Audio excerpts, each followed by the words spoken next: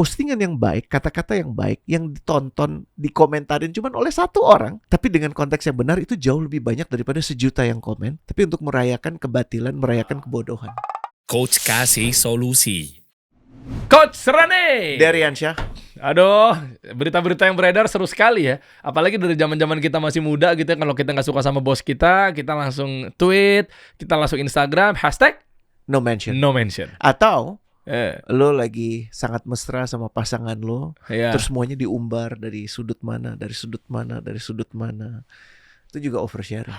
CCTV. Bu, ya kayak lu menjadikan diri lu CCTV buat semua orang di dunia. Jadi emang ada efek psikologis berat sih orang yang oversharing. Kan gini, sebelum kita masuk ke dalam, yang mesti lo perhatikan adalah, yang mesti kita sepakati sama-sama adalah ada kebutuhan mendasar dari kita buat connect.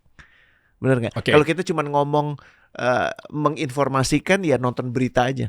Tapi ada kebutuhan kita untuk connect. Kenapa sosial media jadi sedemikian dahsyat, dan lu juga salah satu yang paling gokil peningkatannya gitu ya. Amin, insyaallah. Kebutuhan untuk connect jangan sampai sehingga apapun lo share. Nah, kebanyakan justru sekarang kayak lebaran nih kan? Iya kan? Kebanyakan semuanya posting apa coba? Keakraban bersama keluarga atau dapat kiriman apa, betul nggak? Iya, sebagai bentuk terima kasih nggak masalah. Tapi yang gue pengen kita jadikan obrolan hari ini dan kita ajak kawan-kawan juga untuk ngobrolin, memikirkan, merefleksi sama-sama. Lu ada di titik oversharing gak sih? Gitu. Tapi gini, maaf dipotong coach. Jadi kan nge-share itu nggak melulu yang konfidensial. Iya. Itu satu. Dan kedua, jangan-jangan ada kebutuhan dia nge-share itu. Kayak misalnya menjaga awareness, menjaga impresitas. Paling gampang kayak lo sih. Gue kan merhatiin postingan lo ya. You are everywhere. Mulai dari, kalau yang gue rasakan adalah dari mengkomunikasikan kindness. Lu coba ingin menyampaikan, bener nggak? Ini tolong dikoreksi ya. Gue kan audience, bener. ya kan? Lu coba, lu coba ingin menyampaikan kindness, ingin menyampaikan simple, practical how to kepada UMKM supaya mereka nggak ngerasa sendiri. Sehingga UMKM dimanapun juga ingin apa ya? Merasa ada yang perhatian kita ya, ada yang merhatiin kita ya, betul nggak? Iya. Semoga ini jadi jalan untuk lo menjadi menteri UMKM, amin gitu kan? Ya kan? Kenapa tiba-tiba ke sana? Ini kan kalau gue ngeliat kan rencana besarnya kan jadinya ujungnya sebenarnya lu bisa melakukan banyak hal. Salah satunya adalah menjadi pemberi policy terkait UMKM. Presiden dong langsung. Iya langsung, apalagi sama beliau gitu kan. Satu lagi, gue juga suka bahwa lu menunjukkan kedekatan sama istri lo tanpa menunjukkan istri lo. Iya lagi. Iya kan, bener nggak? Lu bisa nebak ya? Bener kan? Iya. Bener kan? Jadi secara ada hal-hal yang menurut gue kok dari share ini, tapi mayoritas gue suka yang lo share. Wah, gitu. terima kasih coach. Banyak, sama lah. Kalau sesama gue juga suka sama tulisan lo.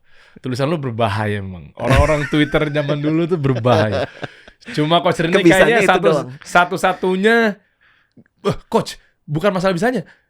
Theater of Mind itu susahnya luar biasa lo ngebangun teater di pikiran orang-orang gitu loh. Maksudnya lu gambarnya mungkin tidak mencerminkan, tapi dia tahu apa yang lu share. Itu juga bagian dari sharing juga ya pasti ya? Kalau gue terapeutik sih. Apa tuh maksudnya? Terapeutik tuh jadi buat gue nulis itu healing buat gue, menormalkan gue, menstabilkan gue. Lu punya buku anyway gitu ya? Iya, dan bisa nulis juga ada prosesnya. Cuman gue belajar satu hal yang pelik banget sih. Dulu itu gue ke kantor berita, Dar. Setiap saat gue kemana, kalau perlu seat gue di misalnya gue naik business class gitu ya, dan gue sering naik business class gitu ya. Terus gue merasa seluruh dunia harus tahu bahwa gue naik business class, dan di airline-nya apa, makanannya apa. Padahal gue juga bukan food blogger. Itu oversharing bukan? Oversharing. Salah dong. Nih makanya gue mau kasih kaidahnya gue dulu ya. Kapan oversharing itu disalahkan? Kapan oversharing itu dibenarkan? Karena gue belajar justru di sini. Karena gue orangnya sharing. Gue orangnya impresi sekali. Nah, jadi bedakan antara bukan menjadi hamba algoritma ya, catat ya. Saya agak kenceng di sini nih. Kenapa sih? Enggak, nanti aja kita bahas. Tapi dengan hadirnya di sosial media, karena sharing-sharing gue ini, gue pengen apa yang gue tahu juga diketahuin kalau sisinya positif. Contoh misalnya, kenapa gue setiap ngobrol, kan gue kemana-mana kan gue punya videographer yang itu juga menarik tuh. Jadi ngapain sih dua orang-orang itu ngintilin lo kemana-mana? Hidup lo tuh jadi gimana sih?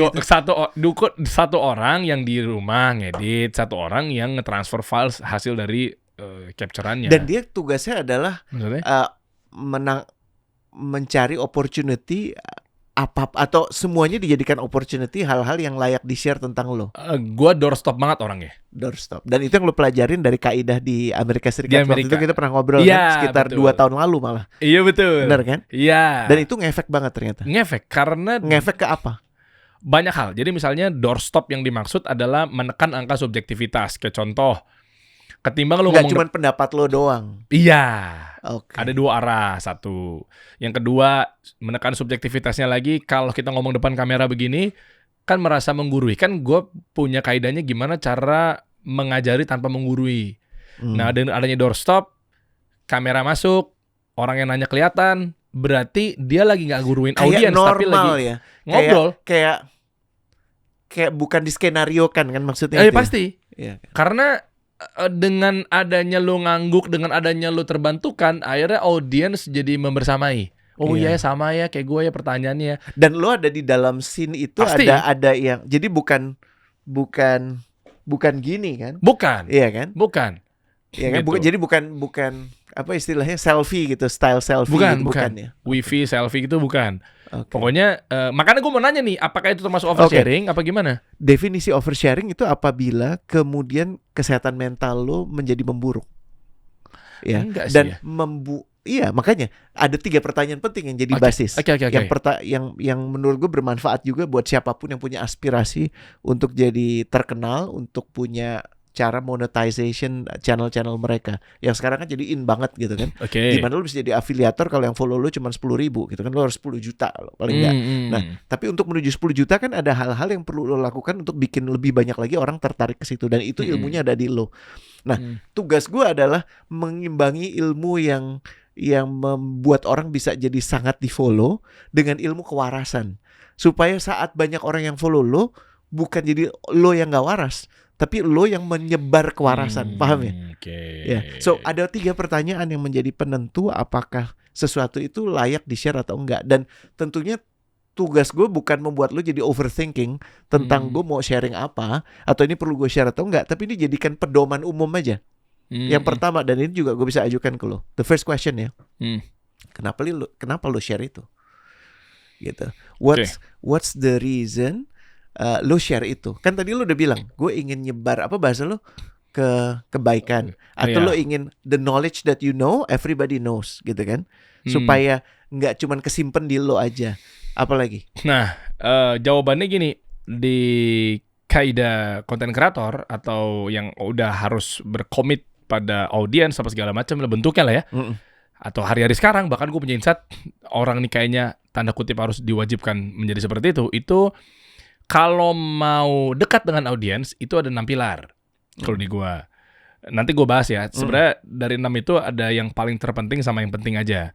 Ada promotion, connection, conversation, entertainment, inspiration, education.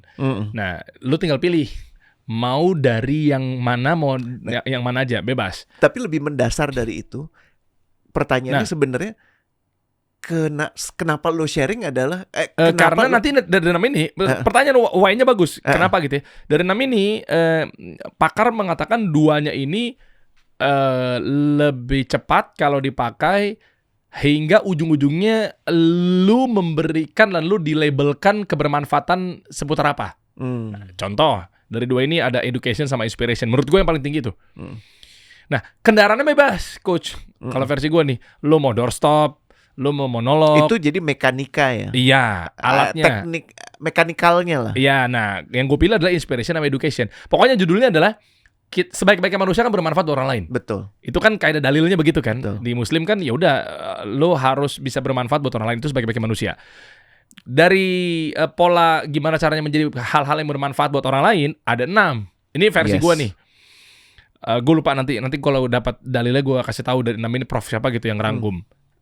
Akhirnya data yang menunjukkan 2 yang paling tertepat dan tercepat. Education. Inspiration. Berarti kalau masuk ke ranah orang, berarti lo harus jadi edukator atau inspirator. Education, inspiration. Education dari si sang edukator, inspiration dari sang inspirator. Nah, ya udah berarti gimana caranya gue menjadi edukator buat orang lain sehingga gue bermanfaat buat dia, atau gue menjadi inspirator untuk orang lain sehingga gue bermanfaat buat dia.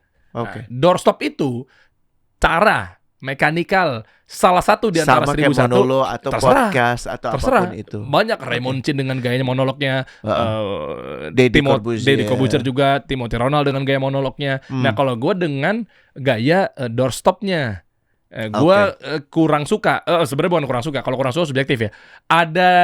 Ada poin-poin kenapa versi gue ya, kenapa doorstop lebih kuat ketimbang monolog. Karena lebih otentik.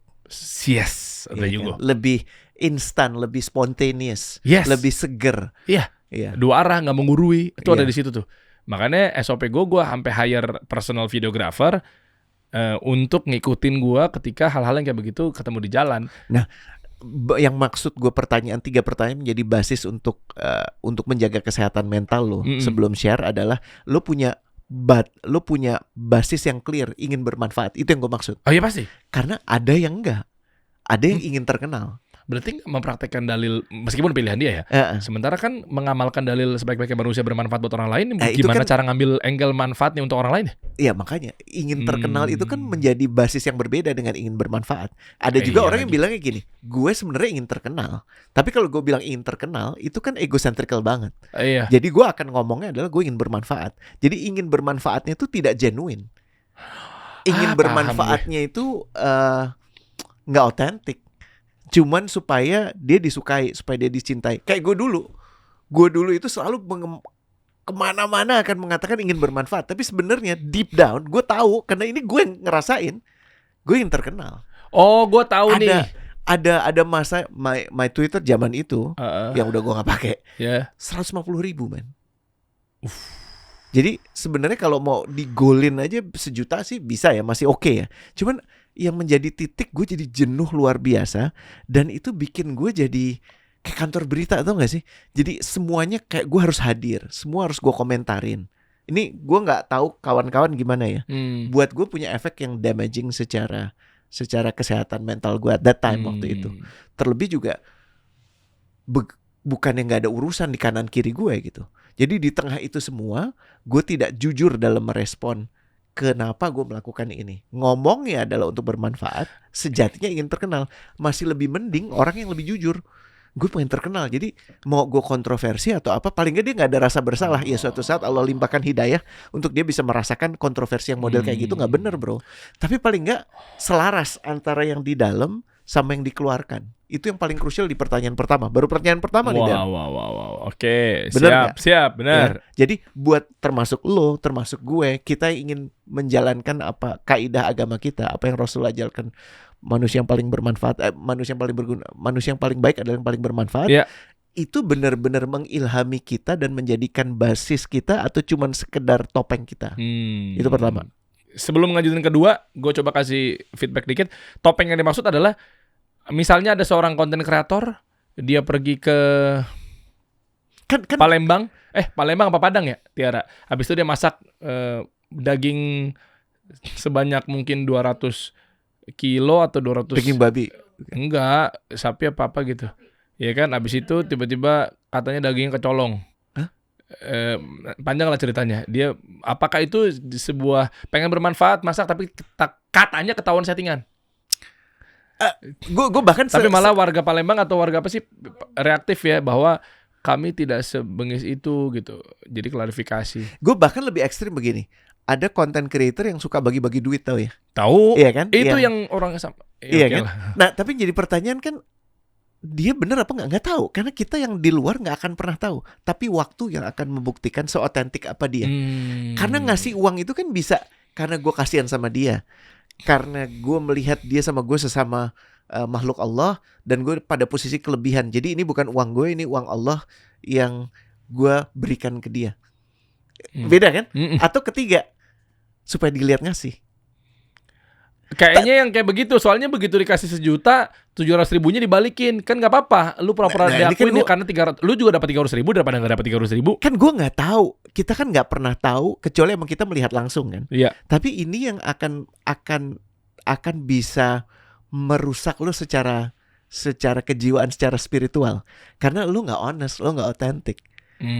Gitu. Nah, itu makanya penting banget dan susah banget. Pertanyaan pertama nih udah, pada saat lo menjawab tertentu, itu bener gak sih yang lo jalani? Bener gak sih yang lo rasain? Itu baru pertanyaan pertama. Oke. Yang kedua, apa ya yang lo harapkan dari sharing ini? Kalau yang pertama kan kenapa? Sebenarnya ini kedua nih sama pertama nyambung. Yang kedua ini adalah lebih operasionalnya. Gue ingin bermanfaat. Gue memberikan uang ini kepada dia supaya orang lebih tertulari untuk juga memberikan uang kepada orang-orang yang nggak mampu. Itu kan operasionalnya, wajarnya. Tapi kalau di depannya aja dia udah nggak honest, dia nggak otentik. Gue ngasih uang, gue bilangnya karena gue lagi karena gue ingin bermanfaat. Tapi sejujurnya supaya follower gue naik, iya kan? Terus akhirnya muncullah mekanika supaya follower gue naik. Kan yang penting dilihat apakah uangnya dikasih atau enggak. Kan enggak, ya udah, daripada 1 juta hilang, 700 gue minta balik. Toh dia dapat 300. Paham enggak? Jadi yang kedua yang lo harapkan cuman mengejar metrik yang salah, metrik jumlah aja. Gitu. Nah, itu yang menurut gue krusial sih untuk bisa dibedakan. Gitu. Dampak untuk perusahaan gimana ketika orang terlalu banyak oversharing ketika kita menjadi karyawan? Kan padahal bagus ya, kelihatan kerja di mata bos. Tidak pernah dalam sepanjang interaksi manusia di dunia profesional tingkat disengagement setinggi sekarang.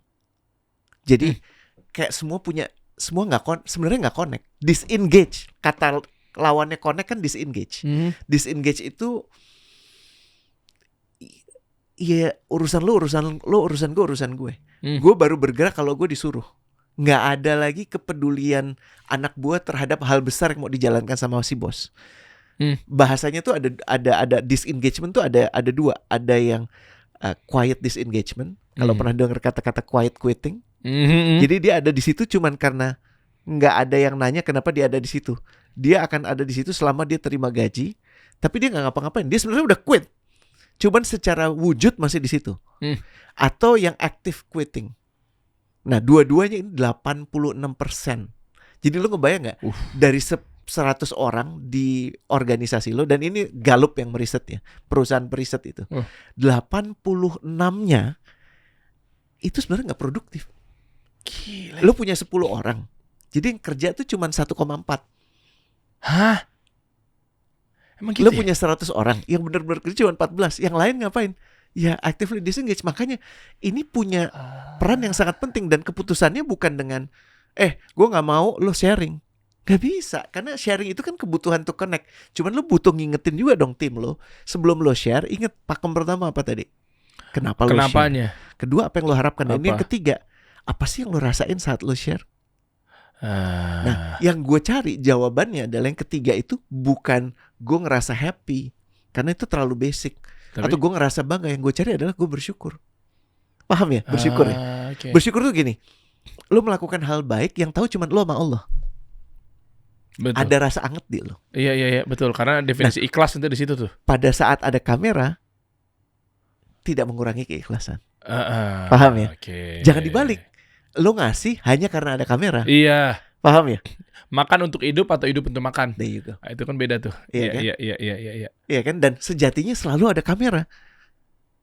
Kamera Allah. Itu udah gak bisa ngeles lagi tuh. Betul gak? Karena semua yang kita lakukan, bahkan apa yang ada di dalam hati pun Allah udah ketahui. Jadi kita gak bisa bohong. So pada saat gue bertanya, apa sih yang lo rasakan setelah lo posting? Ini sebenarnya untuk ngecek lagi. Kalau yang habis lo posting, lo cuma ada rasa gini, puas, rasain lo. Kira-kira bener gak? Ya enggak. Nah, kebanyakan dari kita posting untuk menumpahkan emosi, menunjukkan dia salah. Gue pun juga masih terjebak di situ. Bener gak? Ada anak gak berguna yang waktu itu masih inget, yang gue akhirnya kesel banget. Akhirnya gue tulis panjang. Follow yang baca banyak. Tapi abis itu apakah gue merasakan senang? Ya di awal gue rasain tuh. Tapi abis itu gue bilang, mestinya ada respon yang lebih baik.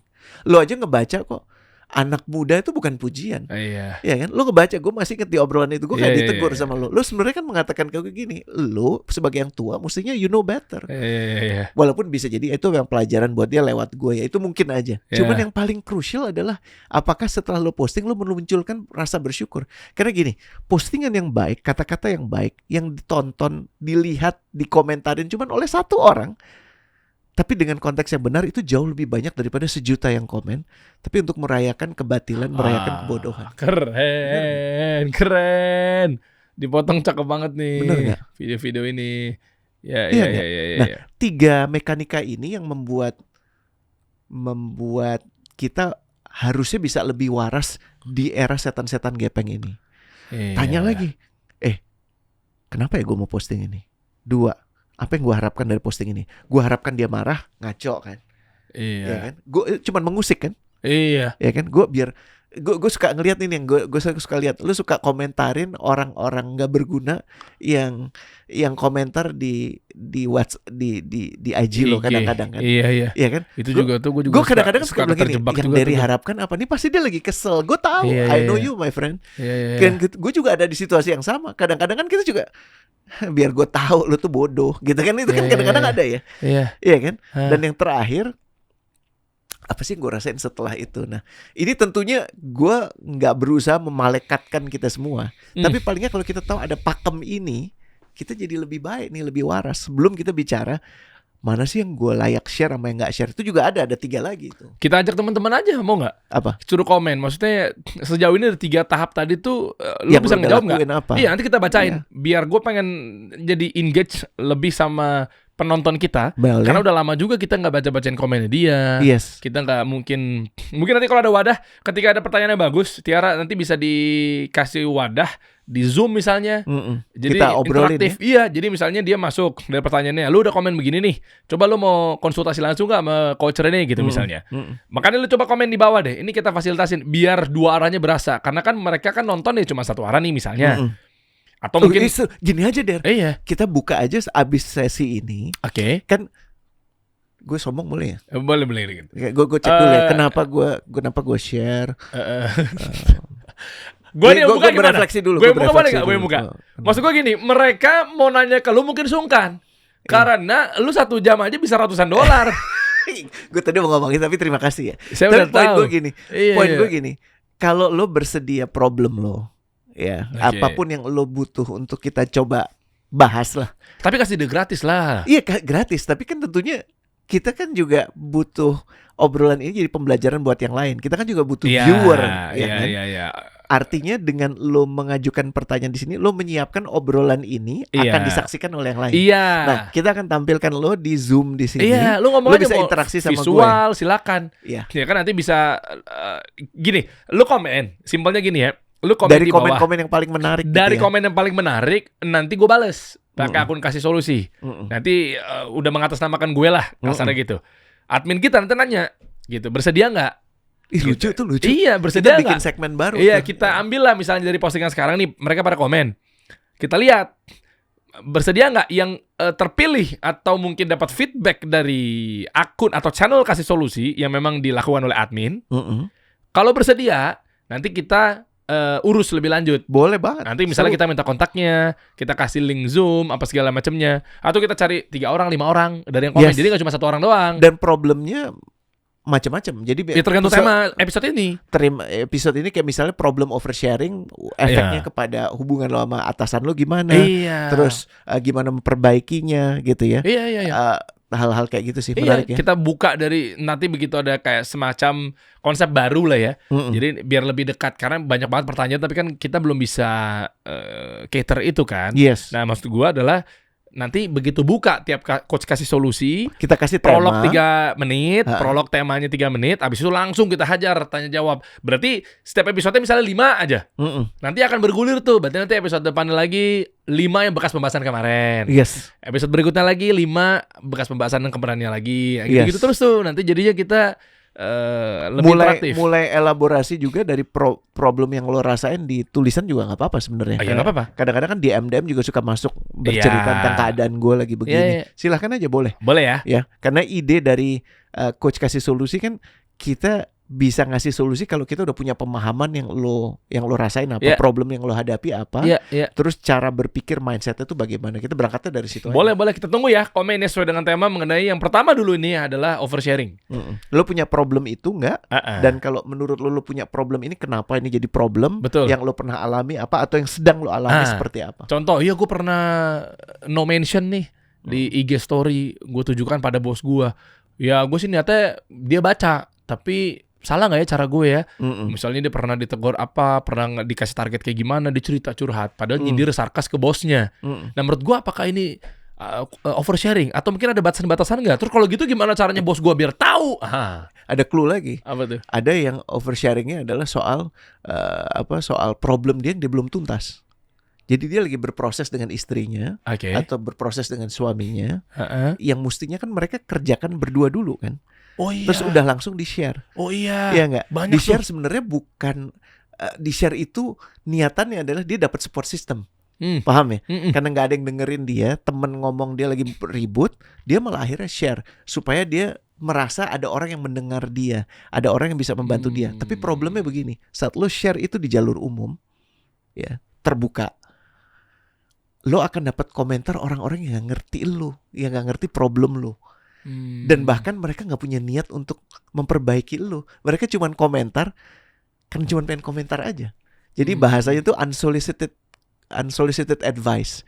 Advice dari, emang gini, kalau lo punya problem, terus tiba-tiba lo jalan di luar gitu ya, di jalan raya panjang, Pak, saya punya problem ini, kira-kira gitu nggak? Ya, apa bedanya dengan lo share problem lo yang lo belum tuntas ke publik? Iya lagi. Dan lo lucunya banyak dilakukan sekarang. Dia masih berproses dengan suaminya kah, dengan bosnya kah, tapi dia udah posting. Keinginan dia adalah dapat support system. Yang terjadi justru sebaliknya.